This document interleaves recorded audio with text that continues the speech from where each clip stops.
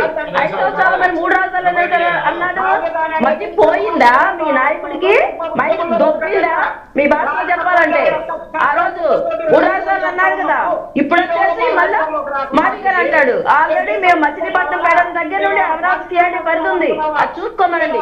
మీరు చూసుకోండి, లేదంటే మీ మెంటల్ నాయకుడిని చూసుకోమనండి. ఇంకా చెప్పాలంటే మీ నాయకుడికి ఏదో మైండ్ దొబ్బిందని చెప్పి జనాలను భ్రమించేసి మాట్లాడితే ఎలాగో చూస్తూ ఊరుకుంటారు. వచ్చింది మీకేమైనా మైండ్ చిప్పు తప్పిందేమో చూసుకోండి. మీరు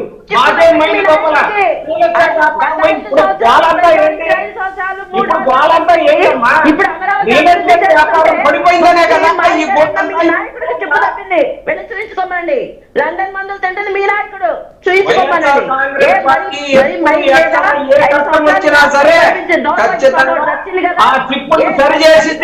మాట్లాడా రాజధాని ప్రాంత వాసులకి రియల్ ఎస్టేట్ పడిపోయిందన్న భావనతోటి అక్కసుతోటి మాట్లాడుతూ ఉన్నారు.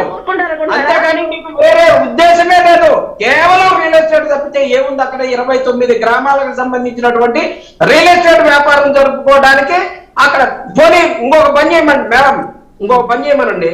నిత్యానంద స్వామి ఎక్కడికో వెళ్ళి అతను ఒక దేశంగా ప్రకటించుకొని ఫెన్సింగ్ చేసుకొని కూర్చున్నాడు.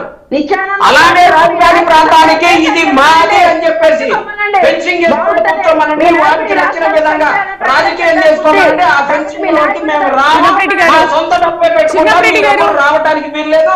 ఇష్టమైన రైతులు ఇచ్చారు, బ్రహ్మాండంగా చేసుకోండి, మేము వద్దన్నాను. కానీ రాష్ట్ర ప్రజలకు సంబంధించినటువంటి మాట్లాడేటప్పుడు నా డబ్బు నీ డబ్బు అందరూ అంటారు. రాజధానిలోకి రావడానికి వీళ్ళు ఎవరంటే చంద్రబాబు నాయుడు నీ జేబులో సొమ్మేమని పడుతున్నావా? పవన్ కళ్యాణ్ జేబులో సొమ్ము పడుతున్నావా? 270 మంది పైగా ప్రాణాలు మీ నాయకుడు నోటి దూరం వల్ల పోయినాయి. వాటికి సమాధానం చెప్పండి. వాళ్ళని పరామర్శించండి. ఫస్ట్ పరదాలు కట్టుకొని వెళ్ళాడు కదా ఆ రోజు.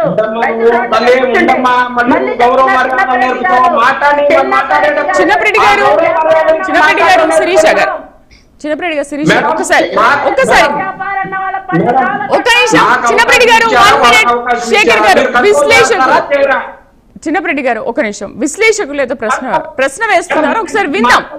ఓకే విందాం. ఒక నిమిషం చిన్నప్రెడ్డి గారు, నేను మీకే అవకాశం ఇస్తాను. శేఖర్ గారు మ్యూట్ లో ఉన్నారు, ఒకసారి చూడండి. అట్లా మధ్యలో ఆయన చెప్పింది పూర్తిగా విన్న తర్వాత మనం మాట్లాడాల్సిన అవసరం ఉంటుంది.